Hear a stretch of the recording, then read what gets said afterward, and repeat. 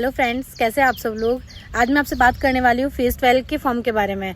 मैं आपको बताती हूँ कि फेज 12 का फॉर्म आपको कैसे फिल करना है। तो मैंने वो सारी पोस्ट सेलेक्ट की जिसके अंदर सिंपल ग्रेजुएशन मांग रखा है, या फिर 10th मांग रखा है, या फिर 12th मांग रखा है। तो वो मैं आपसे शेयर करूंगी, उससे आपको काफ़ी हेल्प मिलेगी फॉर्म फिल करने में। काफ़ी पोस्ट ऐसी जिसके अंदर एक्सपीरियंस मांग रखा था, किसी में मास्टर डिग्री मांग रखी है। तो हम मोस्टली जो हम एसएससी की प्रिपरेशन करते हैं उस चीज़ के लिए एलिजिबल नहीं होते हैं। तो आपका बहुत ज़्यादा टाइम वेस्ट हो जाएगा। मुझे भी लगभग 2 दिन लग गए इसको सेलेक्ट करने में।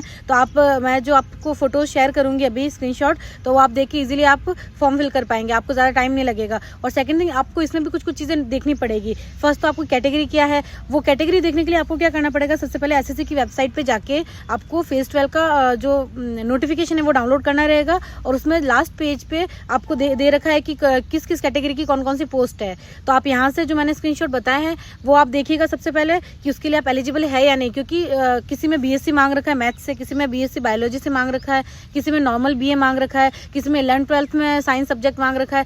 तो आप देख लीजिएगा कि आप किस पोस्ट के लिए एलिजिबल है। तो यहाँ से फिर पोस्ट कोड चेक कीजिएगा, फिर वहाँ फेज 12 के नोटिफिकेशन में जाके अपनी पोस्ट की कैटेगरी देखिएगा कि मान लो आप ओबीसी से है, जनरल से है, एससी एसटी जिस किसी भी कैटेगरी से है, तो आपकी कैटेगरी की पोस्ट है या नहीं है। अगर है तो फिर आप जरूर फॉर्म फिल कीजिए। और एक और बात, अगर आप गर्ल्स है तो आप सारे फॉर्म फिल कीजिए, क्योंकि मतलब जिसके लिए आप एलिजिबल है वो सारे फॉर्म फिल कीजिए, क्योंकि आपका फ्री ऑफ कॉस्ट है। और बॉयज जिनके मार्क्स 140 प्लस आ रहे हैं तो वो अब 1-2 पोस्ट है तो भी आप फॉर्म भर दीजिए। लेकिन जिसके मार्क्स 130-140 के आसपास ही आ रहे हैं, इससे ज़्यादा नहीं आ रहे, तो आप वही फॉर्म फिल कीजिएगा जिसके अंदर 5 से 10 सीट हो कम से कम। वरना क्या है कि लड़कों के क्या हर एक फॉर्म की फीस लगेगी। आप जितने फॉर्म भरोगे उनकी फीस लगेगी। एक फॉर्म का 100 रुपीज़ है, तो जितने फॉर्म फिल करोगे आप उतने रुपये लगेंगे। तो फिर एक सीट के लिए अगर आपके मार्क्स कम है तो फिर कोई मतलब नहीं रह जाता कि आप फॉर्म फिल करें।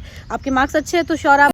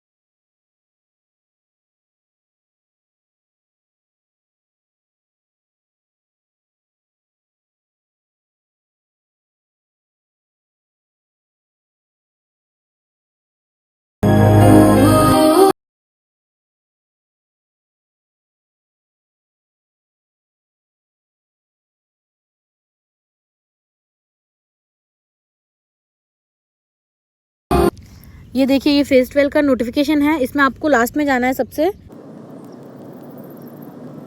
कि पेज नंबर 104, यहाँ से आपको मिल जाएगी पोस्ट और उसकी कैटेगरी। ये देखिए, मान लो सबसे पहले आपने ये वाली पोस्ट सेलेक्ट की है, ये नॉर्थ वेस्ट रीजन की है। ये पोस्ट नंबर है NW10124। मान लीजिए आप इसके लिए एलिजिबल है। ये है लाइब्रेरी अटेंडेंट की पोस्ट। तो इसमें अब आपको क्या चेक करना है, यहाँ पे आगे आपको दिखेगा ये SC ST OBC इन सब की ये जो कैटेगरी है इन सब की पोस्ट दिखेगी। तो आप देख सकते हैं इसमें सिर्फ और सिर्फ जनरल की 2 सीट है, ना ही SC की है, ना ST की है, ना OBC की। मान लो अगर आपने वहाँ पे जाके देखा, जो मैंने स्क्रीनशॉट बताए हैं, वहाँ पे आपने देखा कि आप एलिजिबल है इस पोस्ट के लिए, लेकिन जब आप यहाँ पे आके देखेंगे कि आपकी कैटेगरी की सीट नहीं है तो आप फॉर्म फिल नहीं कर सकते। तो इसी टाइप से आपको सारी देखनी है पोस्ट। जो मैंने स्क्रीनशॉट डाल रखे हैं वो सबके लिए कॉमन है। जिसने नॉर्मल BSc कर रखा है, BA कर रखा है, मतलब आपको चेक करना पड़ेगा कि कौन सी पोस्ट में BSc मांग रखा है, किस में BA मांग रखा है। तो आपने जो ग्रेजुएशन में जो चीज़ कर रखी है उसके अकॉर्डिंग आप वो पोस्ट सेलेक्ट कीजिए। फिर नोटिफिकेशन में यहाँ पे आइए, पेज नंबर 104 है ये, और यहाँ से आप सेलेक्ट कीजिए आपकी कैटेगरी की सीट इसमें है या नहीं है। अगर है तो फिर आप फॉर्म फिल कीजिए। इसका मेथड काफ़ी थोड़ा सा कॉम्प्लिकेटेड सा है, मुझे भी काफ़ी दिक्कत आई थी लास्ट टाइम भी जब मैंने फॉर्म फिल किया तो बहुत टाइम लगा था मुझे।